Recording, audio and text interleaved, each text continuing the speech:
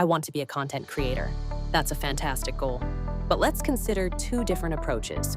The first person spends 3 years posting videos, chasing followers, and hoping for that viral moment.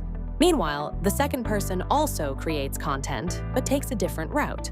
They assist a local charity by running its social media, responding to emails, organizing events, and managing customer interactions. After 3 years, both apply for jobs. The first can proudly say, "I made content."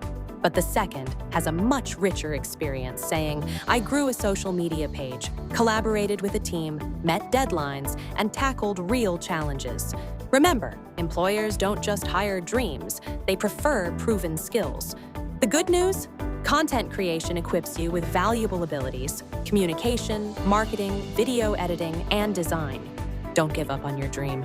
Instead, build a bridge towards it, because success lies in becoming the person who can thrive as both a creator and an employee.